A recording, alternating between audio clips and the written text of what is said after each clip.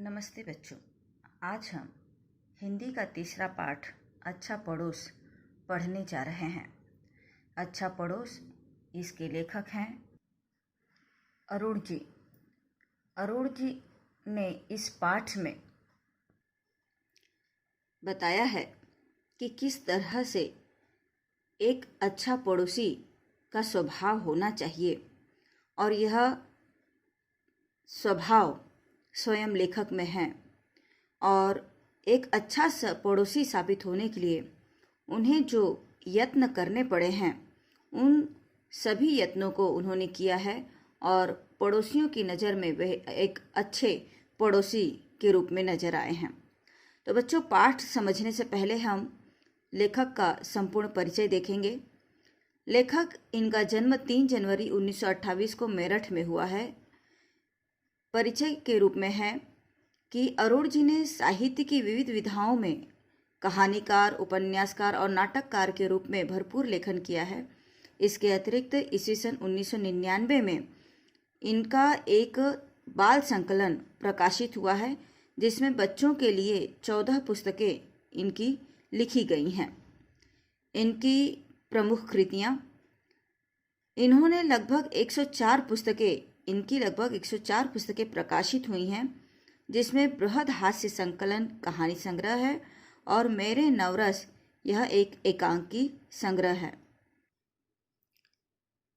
गद्य संबंधी यानी इस पाठ से संबंधित लेखक ने बताया है कि यह एक हास्य व्यंग्य निबंध की विधा के रूप में लिखा गया है और किसी विषय की तार्किक बौद्धिक विवेचना करने वाला लेख निबंध होता है।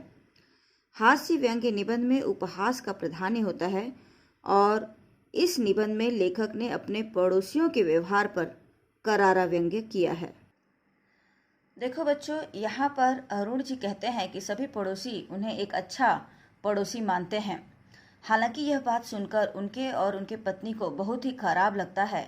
उन्हें चीड़ होती है क्योंकि यह अच्छा पड़ोसी होना कोई इनके लिए अच्छी बात नहीं है। इसका भरपूर लाभ पड़ोसी उठाते हैं और तुम्हारा पड़ोसी अपने पड़ोस की बहुत तारीफ कर रहा था। भाई क्यों नहीं करेगा तारीफ? बुद्धू पड़ोसी और दब्बू पड़ोसी तो सब चाहते हैं। यानी इस तरह के वाक्यों को कहकर कभी कभी कोई पड़ोसी इनके कटे पर नमक छिड़कने का भी प्रयास करता था। परेशान तो थे ही पड़ोसियों से और उसमें भी लोग पूरा लाभ उठाते थे। अब अनेकों घटनाएं यहाँ लेखक ने बताई हैं कि किस तरह से पड़ोसियों ने उनकी अच्छे भलमनसाहत का लाभ उठाया है। यहाँ पर लेखक कहते हैं पहली घटना में कि परसों की बात है, शर्मा जी का नौकर उनकी खाट ले गया और 1 साल 2 मास 4 दिन के बाद भी वह खाट इसलिए वापस आई थी क्योंकि उसमें जान नहीं रही थी। सच बात तो यह है कि यह खाट शर्मा जी के घर तब गई थी जब उनके यहाँ मेहमान आने वाले थे और उनके यहाँ मेहमान आने वाले थे तब उन्होंने खाट की मांग की थी। हालांकि लेखक की पत्नी ने उन्हें कहा था कि पुरानी खाट दे दो, लेकिन पड़ोसी के मेहमान अपने भी मेहमान होते हैं, उसकी इज्जत अपनी इज्जत होती है। इस भाव को रखते हुए लेखक ने एकदम नई वाली खाट उन्हें भेज दी थी। मेहमान चले गए लेकिन खाट नहीं आई और खाट आई भी तो उसकी जो अदवान है वह नदारद थी और बाध उधड़े पड़े हुए थे। लेखक ने नौकर को बताया कि इसकी अदवान कहाँ है, तो नौकर ने कहा कि बाबूजी से पूछकर आता हूँ। बाबूजी से पूछकर तुरंत ही वह आकर जवाब देता है कि उनके कपड़ा सुखाने की जो बिलंग की रस्सी थी, यानी जो रस्सी थी जिस पर कपड़ा सुखाया जाता है, वह रस्सी उनकी टूट गई थी।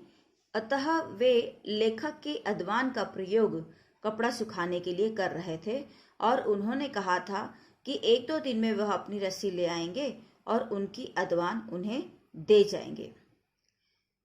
ये तो बात हो गई खाट की। दूसरा उदाहरण है कि हजेला साहब पड़ोसी हैं उनके, और उन्हें अखबार पढ़ने का बहुत शौक है और टाइम के इतने पाबंद है कि लेखक के घर जैसे ही पेपर आता है ठीक 2 मिनट के बाद वह लेखक के पास पहुंच जाते हैं यह पूछने के लिए कि भाई अखबार आया क्या। और अखबार लेकर वह अपने घर चले जाते हैं और शाम तक वह अखबार जब लेखक दफ्तर से लौटते हैं तब वह लौट पाता है। यहाँ भी लेखक यह सोचकर संतोष कर लेते हैं कि चलो कम से कम शाम को तो मिल जाता है, कई जगह तो अखबार ही शाम को आया करता है। तो इस तरह शाम के अखबार के आने की बात सोचकर लेखक अपने दिल को मना लेते हैं। इस संदर्भ में पड़ोसी लेखक को कहते हैं कि उनके घर दूसरा पेपर आता है और लेखक के घर अलग पेपर आता है और ये पेपर वाले बेपरकी यानी बिना बात की उड़ाते हैं। हालांकि लेखक जानते हैं कि उन महाशय के यहाँ कोई पेपर नहीं आता है, बल्कि वे बिना मतलब की बात कहते हैं, किंतु लेखक उनसे कोई बहस नहीं करते हैं और उनका पेपर रोज शाम को लेकर ही वह पढ़ पाते हैं। इसके बाद लेखक एक भेद की बात यानी एक रहस्य की बात हमें बताते हुए कहते हैं कि देखो, मैं एक रहस्य की बात आप सबको बताता हूँ, आप मेरे पड़ोसियों को मत बताना कि उनका सामान जो लोग ले जाते हैं और वापस नहीं देते हैं उसकी एक तरकीब उन्होंने निकाली है। किताबों के संदर्भ में भी ऐसा ही होता है, चूंकि किताबों को जब लेखक खरीदते हैं तुरंत ही उस पर अपने दोस्तों का नाम लिख देते हैं। ऐसा क्यों? तो इसका कारण यह है कि किताबें भी कई बार दोस्त ये पड़ोसी ले जाते हैं और उसे वापस नहीं देते। अब दोस्तों का नाम लिखा होता है तो बड़ी सहजता से लेखक दोस्त की किताब है और वह उसे मांग रहा है, अतः पड़ोसी उसे लौटा ही देते थे। हालांकि कई बार लेखक ने सोचा कि वह किताबों को खरीद कर पढ़ने का शौक छोड़ दें, लेकिन उन्हें इस बात की तलब पड़ चुकी थी, उनकी आदत यह नहीं छूटती थी, इसलिए वह किताब खरीदते थे और तुरंत ही अपने दोस्तों का नाम उस पर लिख देते थे। और उनकी इस युक्ति से लगभग 80%, देखो बच्चों यहाँ पर भी 80% ही पुस्तकें वापस मिल रही हैं, ना कि 100%। अगली बात लेखक बताते हुए कहते हैं कि चाय और चीनी मांगकर ले जाना तो न मालूम के बराबर हो गया है। लेखक की तो बाल्टी और कड़ाही भी मांगने में चली जाती है। रोजमर्रा की चीजों का देने का नुकसान यह हो जाता है कि उसे लौटाने कोई नहीं आता, बल्कि उसे लेने के लिए लेखक को स्वयं ही 5-6 चक्कर लगाने पड़ते हैं। बाल्टी का उदाहरण देते हुए लेखक कहते हैं कि बाबू रामकृष्ण मांग कर ले गए थे और पहली बार जब उसे वापस मांगने गए तो द्वार पे यानी घर के दरवाजे पर घुसते ही उन्हें पता चला कि घर पर वे नहीं हैं। देखो, बाबू रामकृष्ण जी मांग कर ले गए थे, घर पर ही ले गए थे, घर से तो कोई भी दे सकता था, लेकिन यहाँ पर बहाना बना दिया गया कि बाबू रामकृष्ण जो मांग कर ले गए थे वही देंगे, और यह कहते हुए कि वे घर पर नहीं हैं सुनकर लेखक चले आते हैं। अगली बार जब लेखक जाते हैं तो वे नहा रहे थे। लगभग 15 मिनट तक लेखक ने इंतजार किया, तभी उनकी पत्नी ने यह कहला भेजा संदेश लेखक को कि नहाने के तुरंत बाद ही वे पूजा गृह में चले जाते हैं, यानी पूजा करने के लिए चले जाते हैं और लगभग 1 घंटे के बाद वहां से निकलते हैं। अब लेखक को बाल्टी तो लेनी थी, इसलिए वे भी इस ताक में लगे रहे, यानी इंतजार में लगे रहे कि कब वह महाशय बाबू रामकृष्ण जी को पकड़ें और उनसे अपनी बाल्टी वापस लें। फलतः एक दिन अपने छज्जे से ही लेखक ने उन्हें गली में घुसते हुए देख लिया और तुरंत ही वह नीचे उतरकर उनकी बैठक में साइकिल रखते हुए आ पकड़ा। यानी वे आए और बैठक में साइकिल रख रहे थे, तभी उन्हें आ पकड़ा। उन्हें देखकर वे बहुत ही खिझाई हंसी हंसना यानी चिढ़कर हंस पड़े और उन्हें तब खुद ही बाल्टी की याद हो आई। नौकर को आवाज लगाकर वे बोले, उन्हें खुद ही बाल्टी की याद हो आई और नौकर को आवाज लगाकर बोले, अरुण जी को बाल्टी दे जा। नौकर भी जाकर घर से वापस लौट आया और बोला कि बहू जी कह रही हैं कि बाल्टी अभी तेल में सनी पड़ी है, शाम को साफ करके वह स्वयं भेज देंगी। लेखक ने भी शिष्टाचार में ही मुस्कुराया और कहा कि भाई जरूरी काम है, मंगा, हम खुद ही साफ कर लेंगे। तब उन्होंने अपने नौकर को घुड़का और कहा कि जा ऐसे ही ला दे, उनकी बाल्टी है, बेचारे तंग हो रहे होंगे। तुम लोगों को चीज मंगाने तो आती है, याद रहती है। अब आधी डांट को अधूरी छोड़कर फिर वो लेखक की ओर मुड़े और बोले कि अरुण जी, रोजाना वापस करने की सोच रहा था, लेकिन काम ही नहीं निपटा। सच्ची बात यह है कि काम अभी भी नहीं निपटा है। बच्चों, यहाँ समझने की बात है कि बाल्टी जो रोज इस्तेमाल होती है नहाने कपड़े धोने के लिए, वाकई में क्या उसका काम कभी खत्म हो सकता है? तो ऐसी स्थिति में यदि लेखक ने 10 दिन के बाद वह बाल्टी मंगाई थी तो वह भी उन पर बड़ा अन्याय किया, ऐसा लेखक को जान पड़ा। अगली घटना बताते हुए लेखक कहते हैं कि पिछली दिवाली को लेखक के घर पुताई का काम चल रहा था और एक दिन बिल्कुल सवेरे 10 बजे पड़ोसी जो थे उनके भटनागर साहब, उनकी आवाज़ आई कि अरुण जी, आपके यहाँ सीढ़ी है? वास्तविक रूप में लेखक के घर सीढ़ी पर ही राज चढ़कर काम कर रहा था पुताई का, और भटनागर साहब यह देखते हुए पूछ रहे थे कि अरुण जी, आपके यहाँ सीढ़ी है? मजबूरन लेखक को हाँ कहना पड़ा, किसी तरह वो टाल नहीं पाए।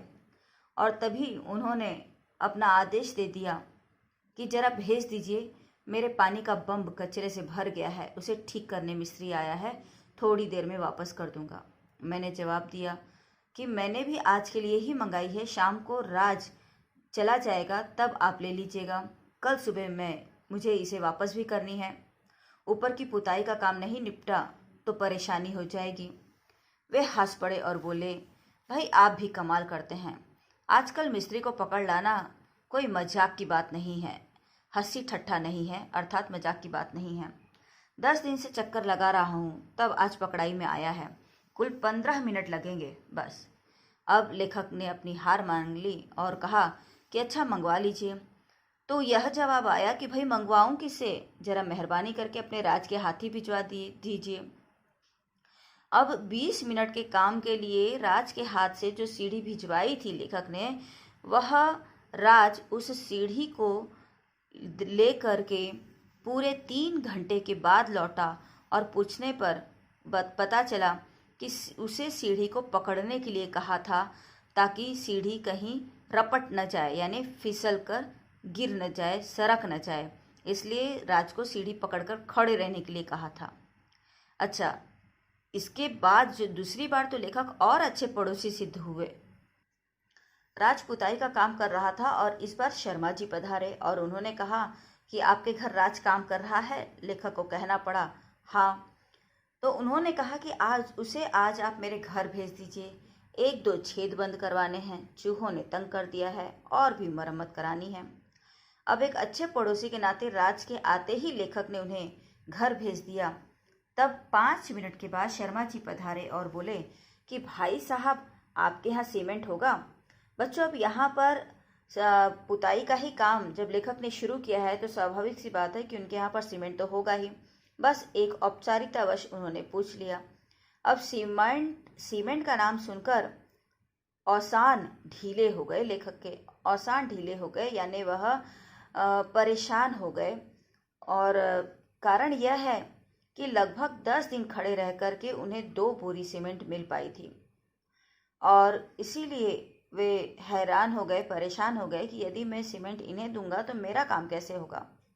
और वह कहना शुरू ही कर रहे थे कि बात यह है, तभी शर्मा जी ने उन्हें कह दिया था कि भाई आप चिंता मत करें, मेरे साढ़ू का भतीजा सप्लाई में है, बस 1 तसला दे दीजिए, मेरा आज का काम चल जाएगा। बच्चों, तसला जो है, देखो मिस्त्री लोग काम करते हैं तो एक घमेला जैसा होता है पात्र, जिसमें सीमेंट को और पानी को मिला करके काम ये किया जाता है। तो वह 1 तसला उन्होंने मांगा था और हार कर मन को मार कर लेखक को हाँ करनी पड़ी और 1 तसला सीमेंट के चलते 1 बोरी सीमेंट खाली हो गया। और यहाँ लेखक को चुटकुला याद आ गया कि भाई आपके पास माचिस होगी और माचिस होगी तो सिगरेट भी होनी चाहिए, क्योंकि पहले उन्होंने राज को बुलाया था, राज के जाने के बाद सीमेंट मांगने के लिए आए, सीमेंट 1 तसला मांगने आए थे और पूरी 1 बोरी उन्होंने खाली कर दी।